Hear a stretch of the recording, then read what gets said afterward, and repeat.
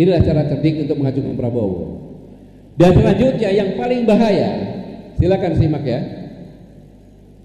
Mohon maaf Bapak-bapak dan Ibu-ibu sekalian, kami tentunya institusi Polri menolak kalau sampai ada usulan Polri berada di bawah Kementerian Khusus.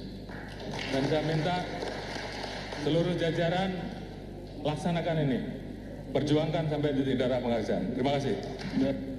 Ya, ketika Kapolri menyampaikan pernyataan akan pertahankan posisi institusinya sampai di daerah penghabisan dan memerintahkan semua jajarannya, alarm darurat demokrasi berbunyi keras. Alarm demokrasi berbunyi keras.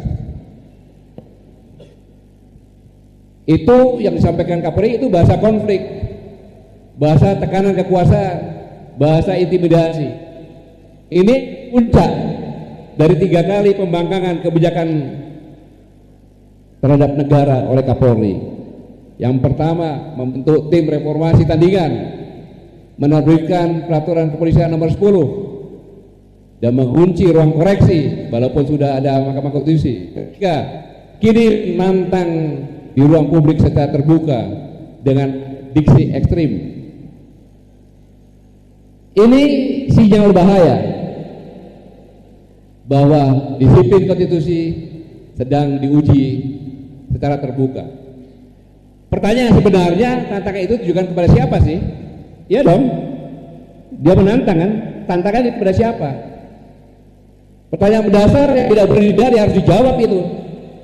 Siapa sebenarnya target tantangan Kapolri? Artinya Kapolri sedang menguji batas kewenangan Presiden sebagai pemegang mandat konstitusional tertinggi. Pesan implisitnya jelas kepada Presiden, jangan sentuh struktur Polri. Pernyataan ini menciptakan tekanan simbolik pada Presiden. Dan ini saya sampaikan, saya lulusan Akademi Militer, Sigit juga sama-sama pernah di Akademi Militer. Sebagai seorang Kapolri, pernyataan ini, pembangkangan ini merusak institusi Polri yang sama-sama kita cintai oleh satu orang yang namanya Sulistyo Sigit. Saya katakan di sini bahwa saudara Jenderal Polisi Sulistyo Sigit tidak beretika, bahkan cenderung kurang ajar. Tidak pada tempatnya seorang Kapolri bicara seperti itu. Dia kira, Sigit kira Pak Prabowo itu boneka yang bisa dia timang-timang, tidak punya mata, hanya gambar mata, tidak punya telinga, tidak punya mulut, semaunya dia berbuat. Kurang ajar ini namanya.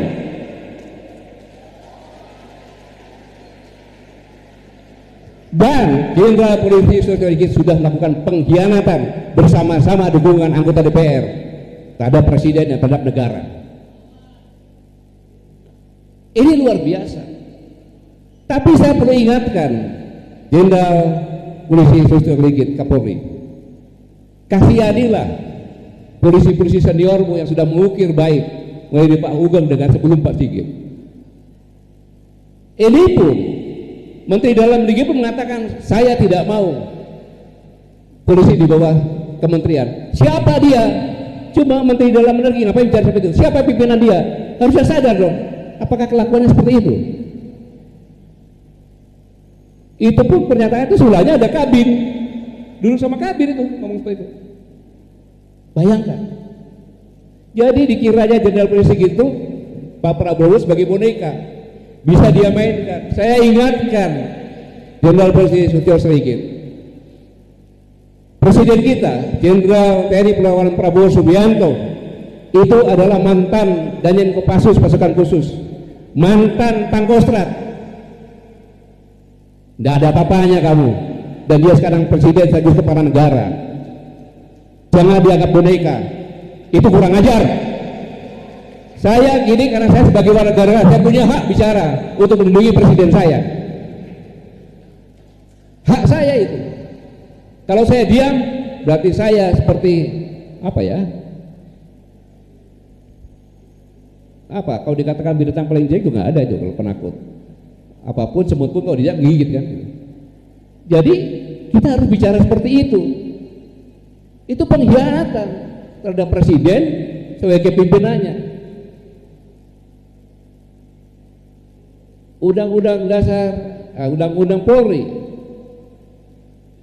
tahun 2002 pasal 8 ayat 1, polisi di bawah, ya kepolisian Republik Indonesia di bawah Presiden Republik Indonesia. Jelas kok, atasannya ditantang, itu kan gila itu. Tidak apa-apa, biar dengan, karena kecintaan saya terhadap Korps Tribata. Kasihan itu polisi yang di jalan capek-capek, ya kan? Kasihan polisi-polisi lainnya lagi. Mereka jadi dimusuhin. Jangan memusuhi rekan kita polisi-polisi yang lainnya. Ini hanya perbuatan satu orang yang namanya Jenderal Polisi Sosial Rigid yang merusak nama Korps Tribata. Iya, menganggap presiden boneka. Lalu pertanyaannya kita lihat aja.